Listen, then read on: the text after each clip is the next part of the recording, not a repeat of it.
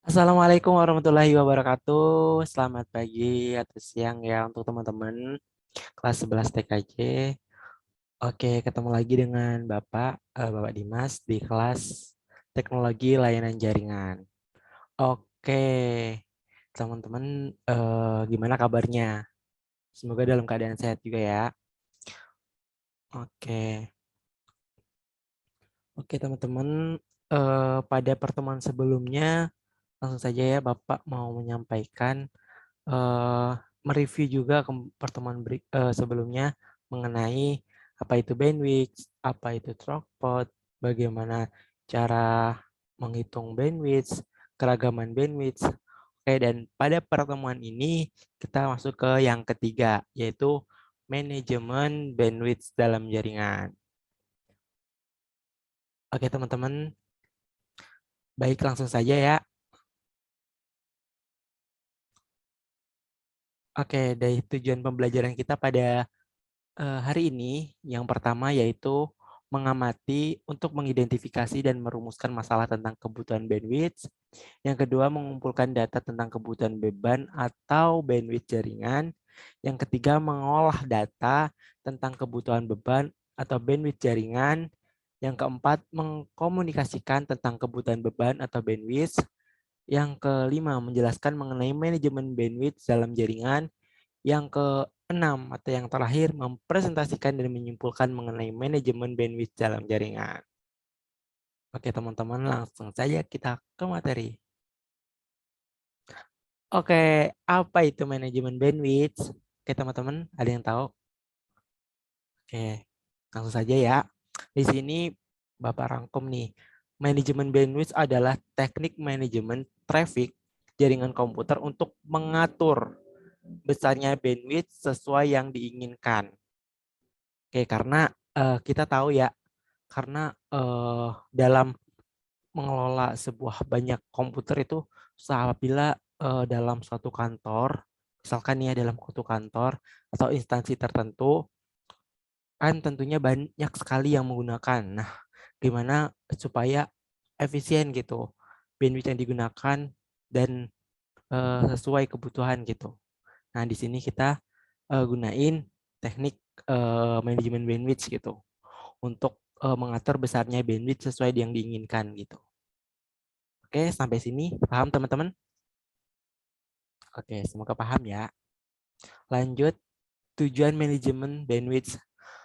Nah, tujuan manajemen bandwidth ini yaitu untuk membatasi bandwidth sesuai dengan kebutuhan dan jumlah pengguna. Nah, tadi Bapak udah bilang kan, karena dalam sebuah instansi itu tentunya banyak sekali orang yang menggunakan komputer gitu. Karena suatu instansi pasti menggunakan gitu ya jaringan ya tentunya.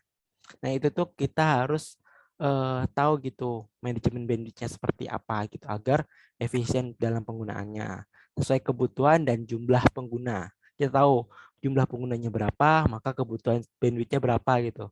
Nah, itulah tujuan manajemen bandwidth. Oke, teman-teman. Semoga dipahami ya. Lanjut. Nah, metode manajemen bandwidth itu ada dua gitu, teman-teman, yang paling umum gitu.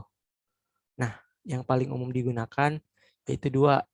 Yang pertama itu hierarchical token bucket atau HTB ya, yaitu sistem atau metode untuk mengatur dan mengontrol kapasitas bandwidth. Jadi itu ini tuh hierarchical token bucket nih sistem atau metode yang digunakan atau yang digunakan untuk mengatur gitu setelah mengontrol kapasitas dari bandwidth.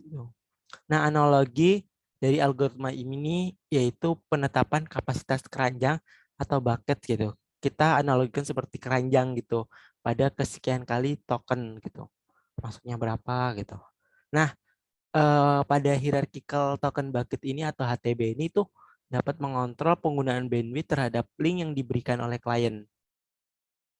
Karena dalam hierarchical token bucketnya klien tuh memberikan gitu. Nah, digunain metode ini tuh untuk ngelola gitu, untuk mengontrol penggunaan bandwidth-nya gitu. Terus berguna juga untuk membatasi kapasitas download dan upload pada klien. Nah, kita tuh misalkan banyak nih ya kliennya.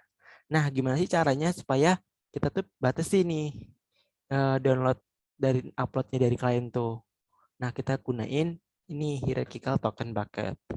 Oke, yang kedua class based queuing atau CBQ, yaitu teknik klasifikasi paket data yang memungkinkan sharing bandwidth antar kelas dan memiliki fasilitas user interface.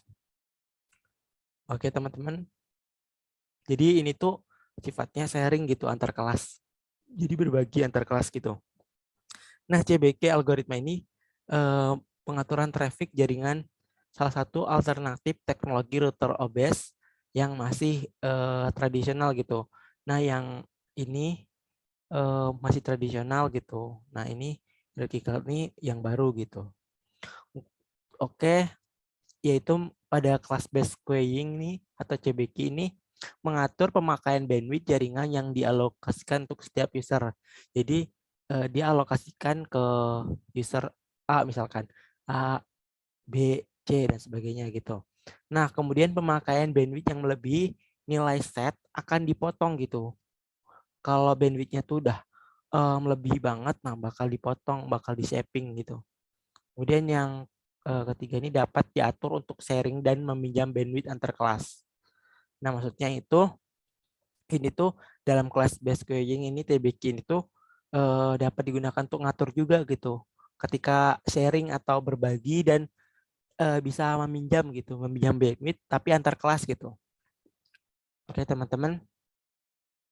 Oke, kita beralih ke gambarnya deh. Nah, ini. Seperti ini. Misalkan dari hierarchical token bucket nih, kita miliki 2 Mbit nih. Nah, customer A nih kita kasih nih, kita bagi 128 kilobit. Nah, kalau yang ini yang B-nya 512. Nah, seperti ini kita bagi untuk SSH-nya berapa, TLN-nya berapa, SMTP-nya berapa, POP3-nya berapa. Begitu, teman-teman. Nah, berbeda dengan kelas based queuing nih, dia inputnya berupa nanti diklasifikasi kemudian ke kelasnya, kelas-kelasnya. Kalau melebihi gitu, nah ada estimator nih.